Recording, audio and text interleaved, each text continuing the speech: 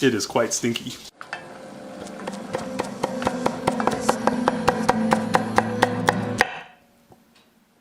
Hi, I'm Phil. Hi, I'm Kevin. Welcome to Pretty Good Cooking.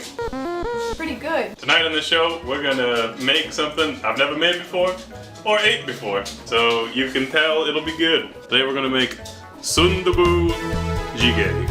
So it's a soft tofu stew. This is from Korea, and there are many versions of this dish. I did not do enough research to make a correct version of this dish, but we'll get there.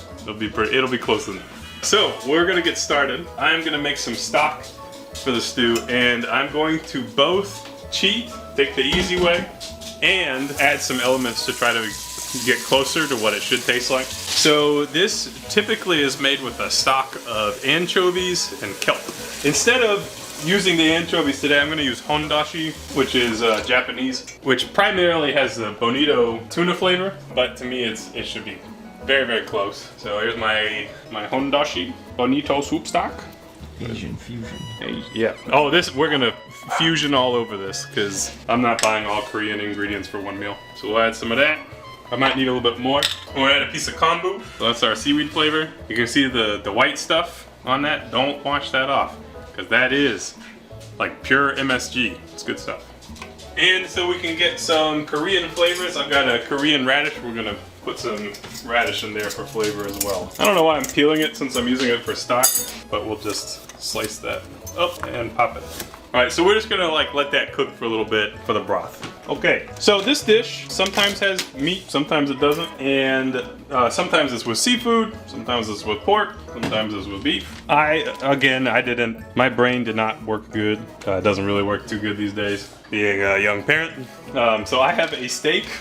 This is just a beef steak, which is not totally conventional, but here's my logic. The meat in this is really used primarily for flavor rather than like to fill you up in the soup. So what I'm gonna do is cut off the trimmings of this steak, and basically what I'm gonna do is I'm gonna use the beef fat, because really this stew is more about the tofu, and we're gonna add other things too to make it tasty, but this should work just fine. All right, so I've got my fatty beef, and we'll cut it into small pieces, and our goal will be to render out some of that fat for our stew. And I'll chop up the rest of the beef as well, so we'll have little bits to munch on. But I am gonna make a fairly large amount of stew today, so it's just gonna be just a little bit of meat. It'll be like a nice little surprise when you find a piece. All right, now you could definitely do this in one pot, and maybe you should if you have the stock prepared, for example. But I'm like kind of low on space on the stove, so I'm just gonna take this beef into a cold pan, and we'll have that on medium heat. And by cooking it in a cold pan, what we're gonna do is let some of the fat render, and that way we'll get fat to render without like scorching the beef. This is not like we're not sauteing, we are like pre-cooking the beef and trying to get some of that fat for the soup. I gotta wash my hands and everything I just touched, so we'll be right back. I forgot, I actually should add a little bit of oil just to help things move along. That's all, I just wanted to say I forgot to put the oil in there. Not super critical since it's not a stick pan, but just wanted to let you know. So there, again, like I said, there's lots of versions of this dish. We're gonna make a kimchi version today, which seems to be one of the more popular versions. And of course, I did not get the correct kimchi. So there are tons and tons of kinds of kimchi. Probably the ones that are most familiar to us non-Koreans would just be sliced Napa kimchi, which is what I grabbed. But this dish, so I've read, it's traditionally prepared with well-fermented kimchi. So that means old kimchi, or kimchi that's been not left out. It's gone through the fermentation process for quite some time, so it is extra sour. And also the cabbage is kind of broken down in texture. I don't think it's that big a deal that we don't have the exact correct kind, but I do want to say, like, if you're trying to go for super authentic, do not use my recipe. That's not, I wouldn't even call this my recipe. This is me stumbling through the steps and hoping to get something that's close to the dish. So, and also, feel free to tell me what I did wrong, but please have the information. I know that I'm not doing this right. And by the way, I have some rice steaming on the back burner there. is jasmine rice, but I think a short grain rice would be appropriate. I would be remiss if I were not to comment that Mangchi is a super famous Korean YouTuber and recipe cook lady, and I'm somewhat referencing her recipe, but if you like want to actually learn from someone who knows what they're doing, that's probably the way to go. So we're just gonna use a quarter of an onion, which we'll mince up. This is optional. Could just use all green onion, that'd be fine. This is 3 cloves of garlic, and it's garlic that I grew, so it's gonna taste extra nice. I'm gonna mince up some green onions as well. And let's use the whole thing. All right, so that's all chopped up. Next, we are gonna make some pepper paste. All right, so this is a spicy dish, but it's not horribly spicy. Thank goodness for John's account. So this is Gochugaru. Gochugaru, it's Korean chili flake peppers, pepper chili flake. So we're gonna grab 3 tablespoons of those, which is a lot, I will confess. To that, we are gonna add some sesame oil, and I can't remember if it's a teaspoon or a tablespoon, but I don't care today. That's the page I'm on, guys. And we're gonna add some fish sauce too. This is Red Boat from Vietnam, so we're getting some Vietnamese fusion in there too. Blah, blah, blah, blah, blah. And we'll add a little soy sauce too. What the heck? Why not? And we're gonna mix that into a paste. And this will be kind of the flavor base for our soup. All right, so we got a couple of options. So you can just let the beef keep cooking. It's really not gonna matter too much. Unless you're like concerned about room in your pan or whatever, you can pull it to the side. Go ahead and get our aromatics in. And then we are gonna chop up some kimchi. I'm not actually sure how chopped up this kimchi is, so I gotta take a look. And it is chopped. Great, no problem. But just while we're waiting, I'm gonna chop up some other veggies. I don't know how traditional zucchini is, but I saw it in like one recipe, and I like zucchini, so I was like, well, let me just put that in. I think that might be it for chopping, at least for now. So we're gonna give these just another minute here, and we'll pop in our kimchi. And we'll just let that saute for a bit. See how our stock is doing. Ooh. So it's really good. I can definitely taste the Konbu. I'd say that the Hondashi has more of like a smoky flavor, I'd say. A lot of bonitos kind of taste smoky. It might actually be smoked bonito, I'm not really sure. So far, I cannot taste the radish, so maybe that's not worth the time. You wanna weigh in on this, Kevin? See if you can taste the radish?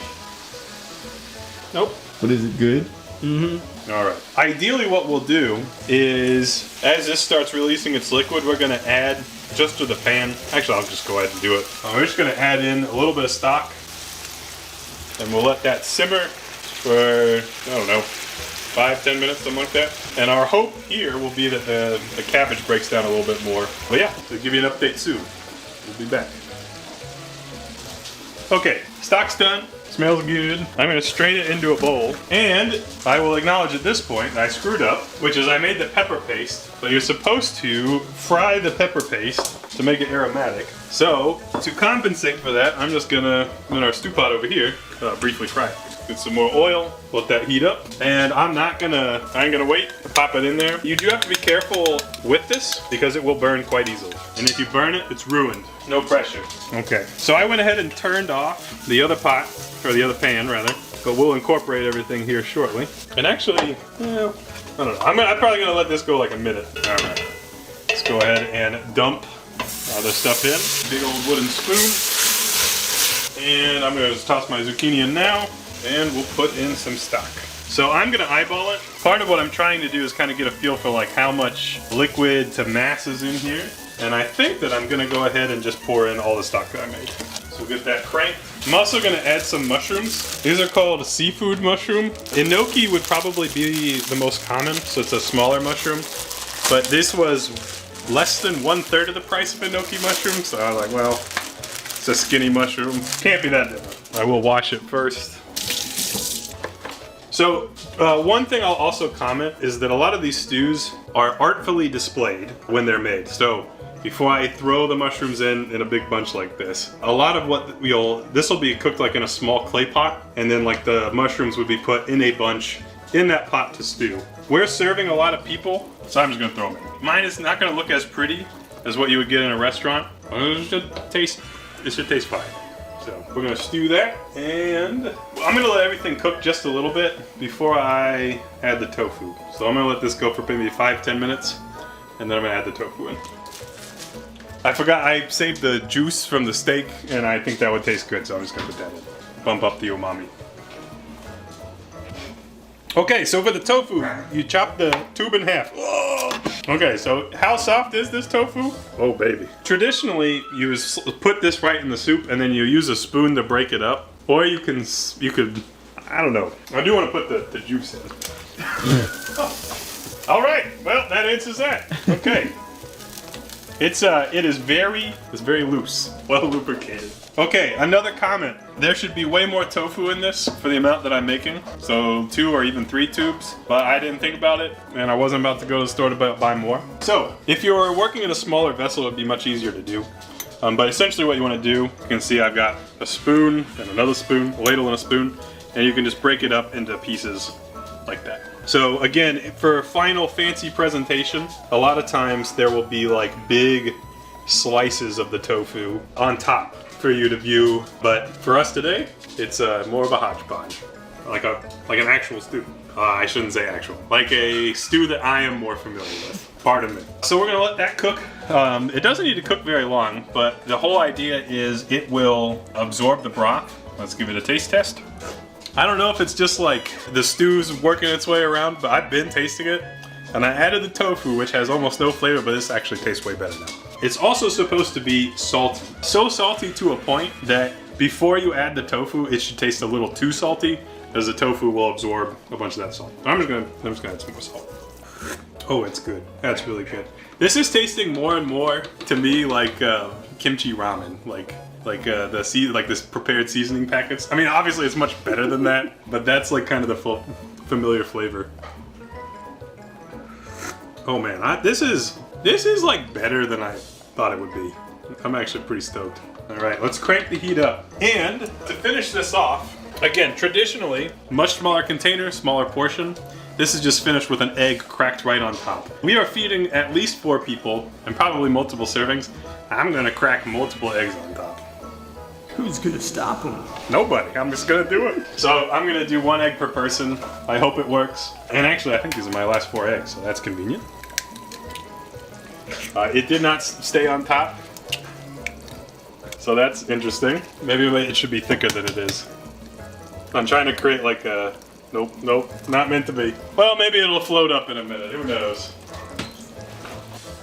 Okay, so I'm gonna call it there. This kind of reminds me when we made Jjigae, where it was just a hot mess and I didn't do anything. Well, I mean, I think I did it fairly okay, but yeah. My stew will not be as pretty, but let me show you what we got. So we've got some soft tofu pieces. That's a soft tofu piece. And then my eggs kind of poached in there.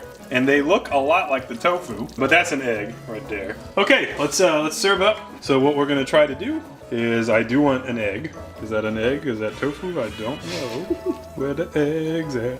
There were 4. Egg.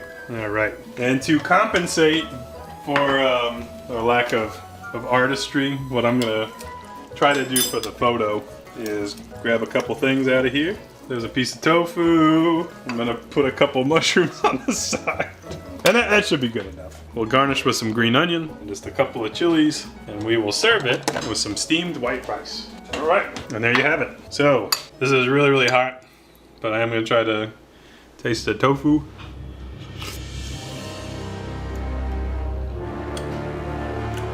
That's awesome. It's super yummy. It has the texture of like poached egg, pretty much. And it picks up all those umami flavors. That umami flavor from the Konbu and the dashi stock as well.